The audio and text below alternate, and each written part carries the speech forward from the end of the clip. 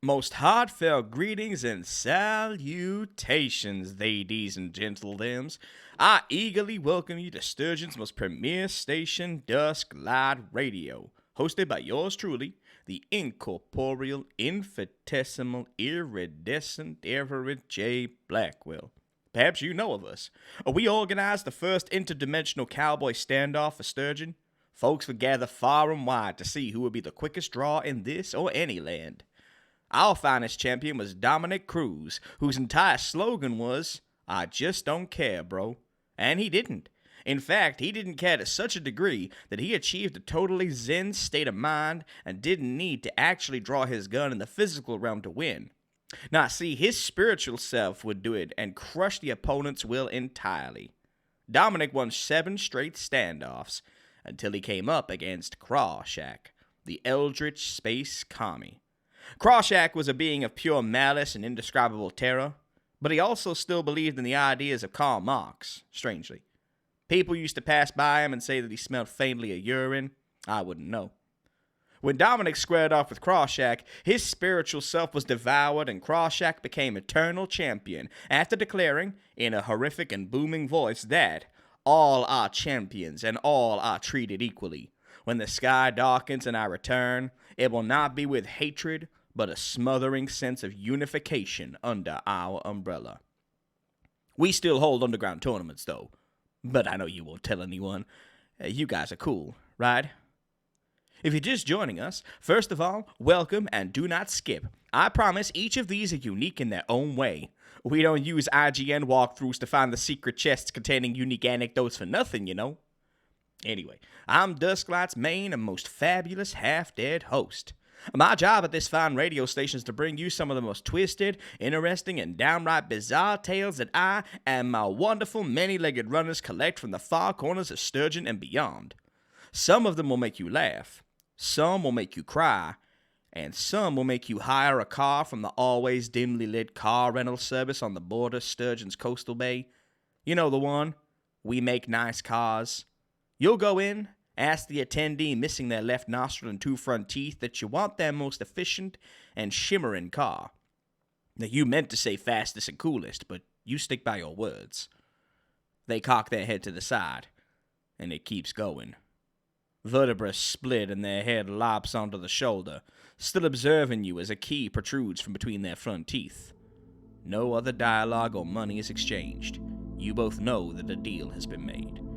The car is out back, but they can't show you. It's against the rules for anyone to show you. When you drive it, still listening to this transmission, you're only just becoming aware that this car has a strange speedometer. Symbols you've never seen before fly up, and you question what it means when the dial hits any of them, not having time to take in your surroundings, which have become eerily unfamiliar. The GPS says you're home, but you don't know where that is anymore. Only that the story took you here. It was always taking you here. Now you must keep going until your story has ended too. It's time to introduce our story for this evening. It comes to us from frequent collaborator and gold medal gravedigger, Max Voynich. Max insisted that we transmit this story just a completely normal day, nothing to see here. Said it would give our listeners a sense of unease that rippled through their bones and had them positively wriggling.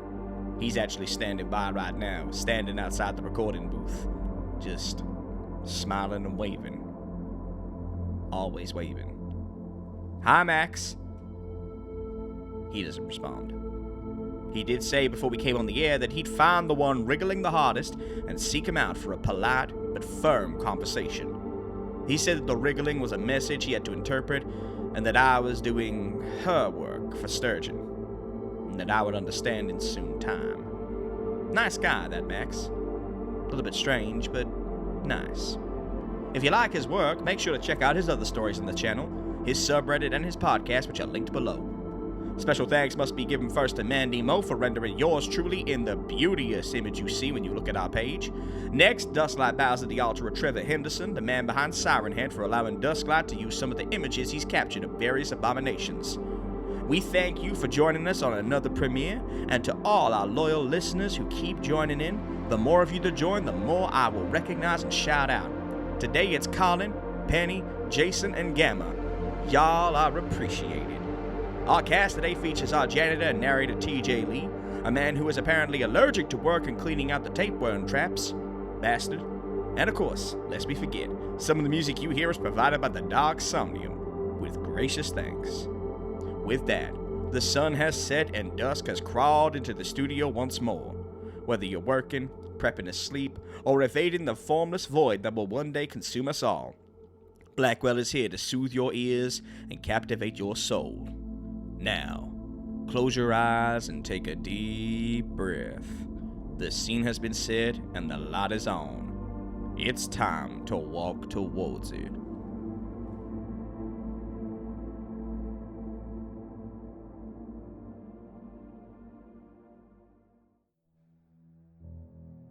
Monday, 7 a.m. I wake early. The room is filled with a grey smog. I must have been smoking in my sleep again.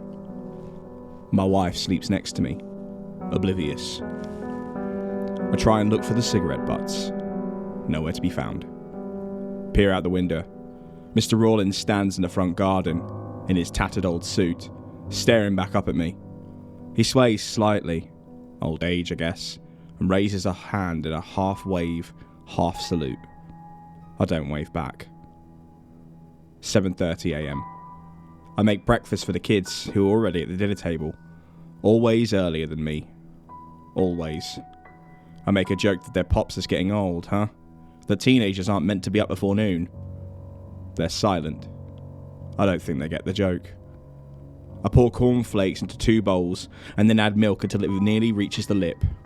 Watch how the liquid settles around the irregular shapes of the cereal. Pour them orange juice in 2 tall, thin glasses. Place this all on the table. Say a half-mumbled grace as I fix myself coffee. The kids don't drink their juice, nor eat their cereal. Just bicker in that way that kids can, making stupid facial expressions at each other. And I've got no time for it, really, no time at all. And so I shout at them, which I regret now, honest I do, and pour the OJ all over their laps and say, if you're gonna act like children... Sorry. I'm saying sorry. Too far, I know.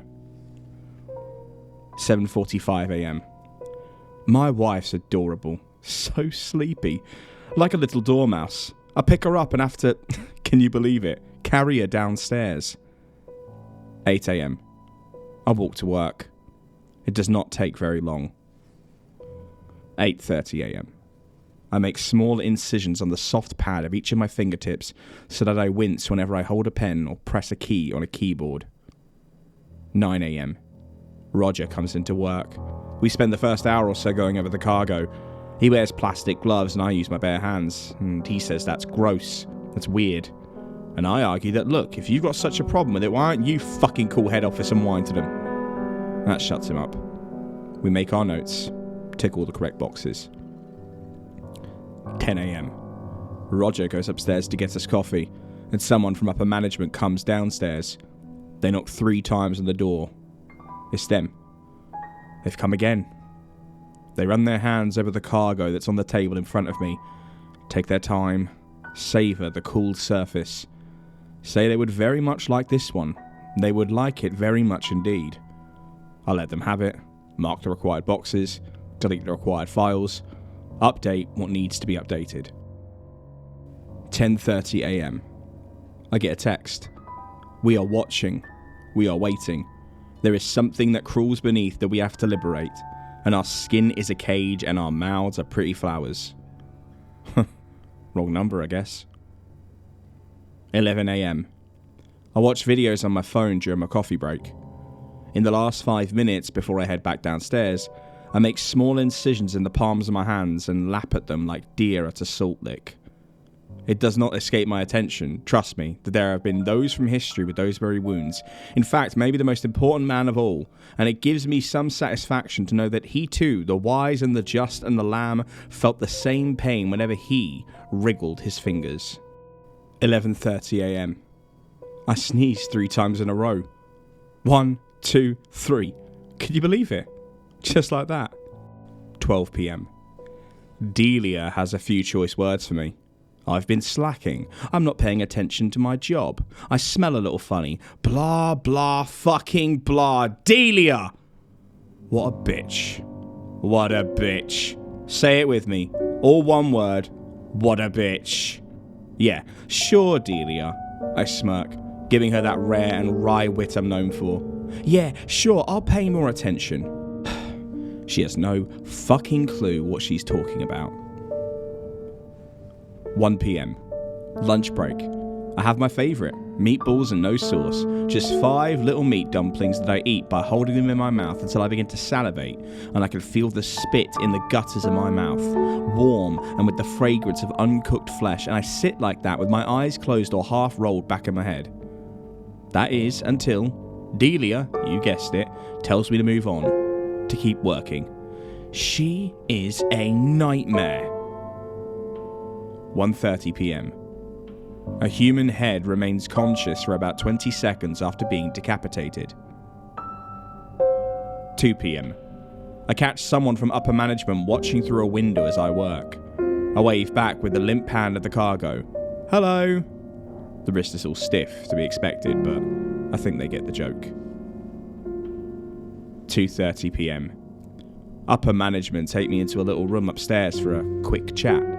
They're all wearing masks, these black cloth sacks over their heads. I think it's a prank, but I'll go along with it anyway. I skinned the whole goat, or whatever the damn phrase is. You know what I mean. 2:45 p.m. I am bored. Bored. 3 p.m. Roger comes in with a clipboard. Could I take a donation? He asks. Yeah, Roger, what's this for? He frowns. You know this. You know exactly what it's for. I very much don't. The fundraiser for Delia's charity, the one she chose, remember? I blink. Roger shakes his head. When she died, she said it would mean the world if we all donated a bit. She battled with it all her life, man. Delia winks at me from the corner, runs her tongue over her teeth. 3:30 p.m. Another cup of coffee.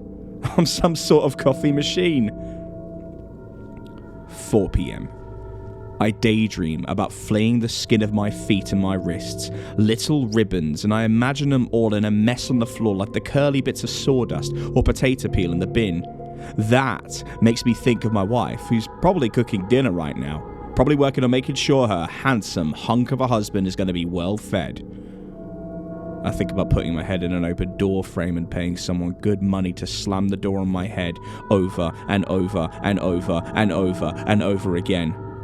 Imagine myself whimpering all bloody and bruised like in those movies you watch, all boo-hoo and poor me, and then I imagine wetting myself in front of them with my hands up like they do in cartoons, like, oopsie, uh-oh, oopsie daisy. 4:30 p.m. I take a piss. Consider going number 2, but I prefer to save that for when I get home. 4:40 p.m. When you think about it, if you're kissing someone for 20 whole seconds, that's a pretty damn long kiss. 5 p.m. Please, don't end the workday. Please don't end. Please don't end. Please don't end. I imagine myself naked and bound to the hand of a giant clock, and beneath me is this vast and churning ocean, slowly rising, and all I can do is hold my breath and pray that there's nothing in the water and that I'm alone. I'm so scared. My teeth are chattering. 5:15 p.m. Another wrong number fiasco. A voicemail this time, some low and gravelly voice who's obviously having some sort of party, because there are these high-pitched female moans in the background, and the voice is saying, what lies beneath the skin longs to get out, and the soul is trapped by bone, and we do not have to live like this, it can all be so much more. 6 p.m. On the way home from work, I find a dog on the side of the road. I pick it up and throw it in the boot. It's cold and stiff and smells, but I'm attached already. I name him Rocket. The kids will love him. 7 p.m. Mr. Rollins is outside my house still, stood on the lawn, swaying. and I shout, "Hello, Mr. Rollins." And he says nothing back. He's just swaying and muttering in that broken old voice of his. "Help me. Oh, God, help me. Please, God, help me." 8 p.m. I was wrong. My wife has not made dinner. She stood in the same fucking place since morning. Lazy cow. The kids don't react to the dog either. Just sit there, staring at each other. It's like no one in this family appreciates my hard work. I take out a stack of plates from the cupboard and throw them one by one at the wall, and then I collect myself. Sorry. That was rash of me. That was over the top. I'm sorry. I should learn better how to control my feelings. I should not be so rash and impulsive. I'm forever grateful for your eternal patience as a family. Now would someone clean this damn mess up? 8:15 p.m. A neighbour knocks on the door. "Hello? What was all that noise about?" I charm the man. Explain that my wife is a bit cold and that I slipped whilst making dinner. He asked to come in. Mr. Rollins is still going on about needing help. "Sorry, sir. You can't come in. My wife's naked." The neighbour blinks. "Right." I shrug. And coded in that shrug is anything every man understands instantly. Women, huh? Rocket lies by the door, all glassy-eyed. 8:50 p.m. Dinner. Kids don't eat. Wife doesn't seem hungry either. No plates to eat it on either, so I eat off the floor and pile the food between my crossed legs. I watch an old episode of Seinfeld. Man, that guy sure is funny. You're right, shoe stores are weird. Why do they hit the shoe once they've put it on? And after they've tied it up so damn tight? Funny guy. 9 p.m. I pour boiling water on my belly. 9:15 p.m. Read a little. Getting into self-help at the moment. I think this year I've made my way through about 50 or so. This one's all about laws to power. Things like conceal your intentions and number 4, always say less than necessary. I wonder if this one about how to understand women. That would be a hoot. 9:30 p.m. Missed a couple spots from dinner, and so I crawl around licking it up off the floor. Waste not, want not. 10 p.m. Upper management come over. 3 of them let themselves in. Naked, wearing those black cloth sacks over their heads. Their bodies all fleshy and dimpled. They paint something on the floor. I don't know what, though. What am I? A goddamn symbologist? Looks like a funny star. One of them strokes my wife and kids. Comments on how cold my wife is. How well her skin is kept. And then the woman with them just leans in and tongues her open mouth. Wowee. And that's that. They light these bundles of herbs and begin chanting things in a language I don't understand. Once this thing is done, they take me and my wife upstairs, having to carry my wife again, that damned woman, and do the same procedure. I tell them I need to sleep, and they seem okay with that. Standing naked by my bed, chanting, waving those bundles of herbs around the place, smells some sort of hippie commune. I'm half asleep, but I can hear them bringing someone upstairs. Is that Roger's voice? And he's whimpering and squealing like a stuck pig. And I think they'll bleed him like one too, but I don't see it. I just hear it. A slick sound like scissors through paper, and then a wet splashing sound like spilt orange juice, and then convulsions, and then nothing. Early night for me. Tuesday, 7 a.m. I wake early. The room is filled with a grey smog. I must have been smoking in my sleep again. My wife sleeps next to me, oblivious. I try and look for the cigarette butts. Nowhere to be found.